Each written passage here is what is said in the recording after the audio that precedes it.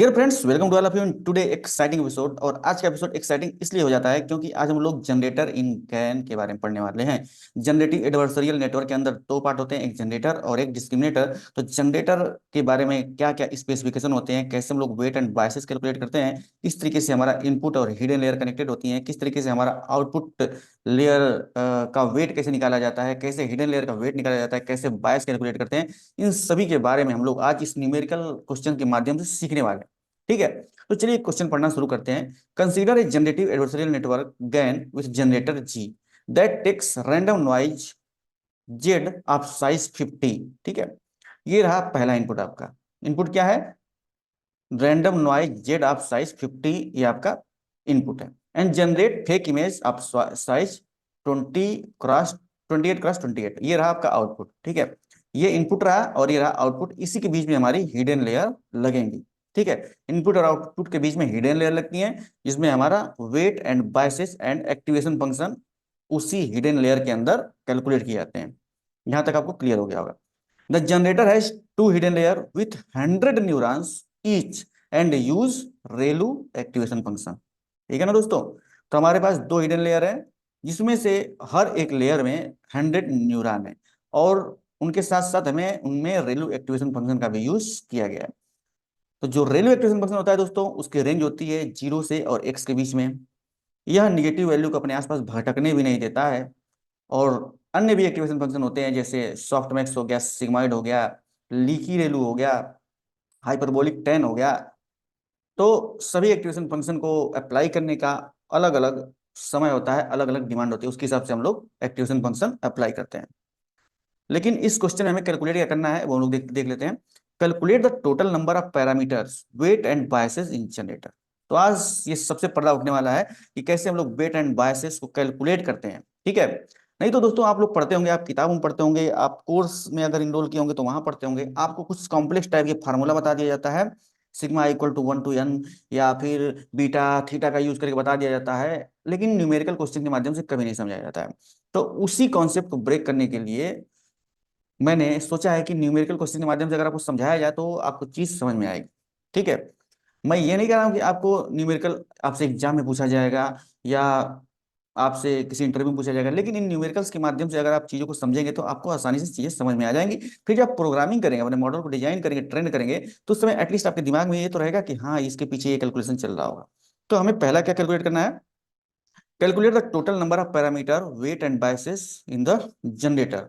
दूसरा क्या कैलकुलेट करना है? If the generator loss function is binary cross entropy and it generates a fake image with probability of 0.8, then compute the generator loss. ठीक है, आपको ये बात समझ में आएगी, जनरेटर हमारा फेक इमेज जनरेट करता है, और फेक इमेज जनरेट करने की जो प्रोबेबिलिटी है 0.8 है। तो यहाँ पे ये पूछता है कि जनरेटर का लॉस कितना हुआ।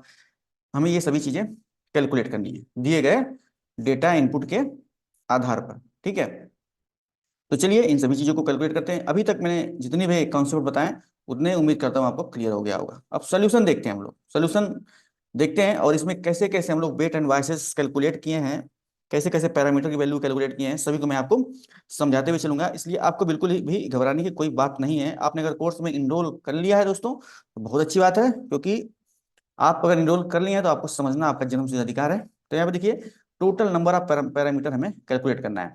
तो वहां पे दिया क्या गया है? हमारी इनपुट लेयर में 50 न्यूरॉन्स हैं। ठीक है, कितने हैं? 50 न्यूरॉन। और ये जो इनपुट लेयर है ना, देखो कैसे होता है कि ये हमारा इनपुट रहता है ऐसे। ठीक है, अब ये हमारा, ये बीच में जो आती है ना, वो हिडन लेयर होती है। इसमें दो हिडन लेयर हैं, हर एक हिडन लेयर में 100 न्यूरॉन्स हैं, इसमें 100 है, इसमें 100 है। और जो हमारा आउटपुट लेयर है, इसमें 28 क्रॉस 28 की एक इमेज बन रही है, यानी कि 784 पिक्सल का हमारा आउटपुट है।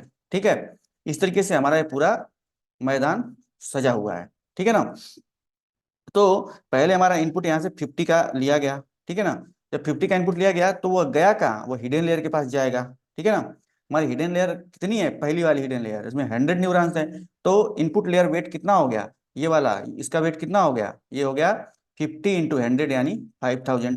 और इनपुट लेयर का बायसेस कितना हो गया? 100। हर एक न्यूरॉन्स का बायस एक है, हमारे पास 100 न्यूरॉन्स हैं, इसलिए इनपुट लेयर का बायसेस कितना हो गया? 100। ठीक है, अब देखिए दूसरी कहानी क्या है, हिडन लेयर वन वेट। क्यों? क्योंकि हिडन लेयर में हमारे, ये जो हमारे हिडन लेयर वन है, ये देखो ये ठीक है, इसका वेट क्या है, 100 × 100, क्योंकि यह 100 लेयर से आगे कनेक्ट हो रहे हैं। हर एक न्यूरॉन अगली लेयर के हर एक न्यूरॉन से कनेक्टेड है, ठीक है। यानी अगर पहला न्यूरॉन है तो ये 100 के 100 से कनेक्टेड होगा, ठीक है, 100 के 100 से कनेक्टेड होगा। ये दूसरा है, ये भी 100 के 100 से कनेक्टेड होगा अपनी नेक्स्ट लेयर वाले न्यूरॉन से, ठीक है ना। तो अब जो पहली हिडन लेयर है इसमें 100 न्यूरॉन है, और अगली वाली में कितने, 100 न्यूरॉन है। तो जो इनका वेट होगा हिडन लेयर वन का, वो कितना होगा, 100 × 100 यानी 10,000।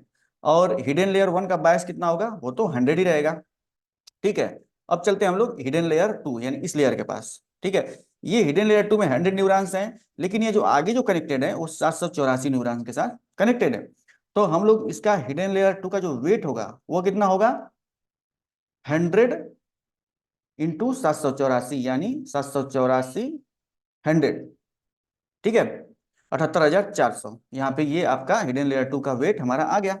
और हिडन लेयर टू का हमारा बायस कितना होगा, 784, क्योंकि इसमें 784 न्यूरॉन है, ठीक है। इस तरीके से हमने वेट और वायसेस हमने निकाल लिए। अब ये पूछ रहा है कि टोटल पैरामीटर कितने हैं इसमें, पूरे इस सेटअप में टोटल पैरामीटर्स कितने हैं। तो चूंकि हमने क्या क्या निकाला, इनपुट लेयर का वेट कितना है 5,000, तो हमने 5,000, उसमें बायस कितना है 100, फिर हिडन लेयर वन का वेट कितना है 10,000, उसमें बायस कितना है 100, फिर जो हिडन लेयर टू है उसका वेट कितना है इतना है, उसमें बायस कितना है इतना है। इन सबको जोड़ के हमारा जो आउटपुट आया 89,584।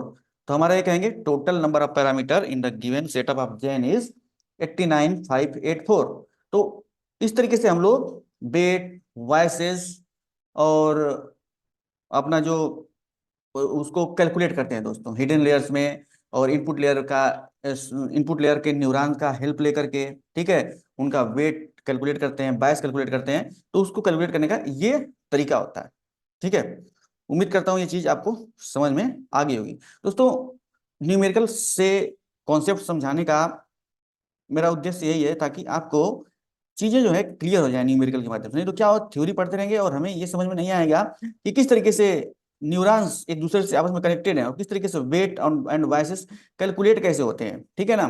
तो इसीलिए हमने सोचा कि न्यूमेरिकल के माध्यम से अगर आपको समझाएंगे तो चीजें आपको जल्दी समझ में आएंगी और ज्यादा देर तक आपको स्टोर रहेंगे आपके दिमाग में। अब देखिए दूसरा क्वेश्चन क्या है, जनरेटर लॉस हमें कैलकुलेट करना है, ठीक है, लॉस फंक्शन कैलकुलेट करना है।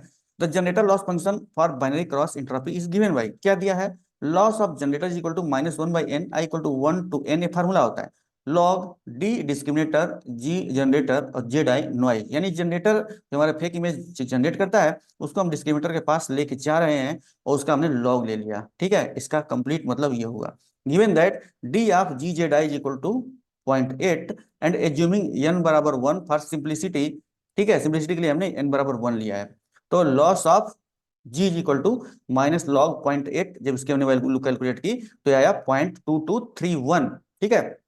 इस तरीके से सॉरी, हम लोगों ने दिए गए पैरामीटर्स का यूज करके, दिए गए न्यूरॉन्स का यूज करके, इनपुट और आउटपुट वैल्यू का यूज करके, लॉस फंक्शन का यूज करके हम लोगों ने नंबर्स ऑफ पैरामीटर निकाला and loss function of generator निकाला।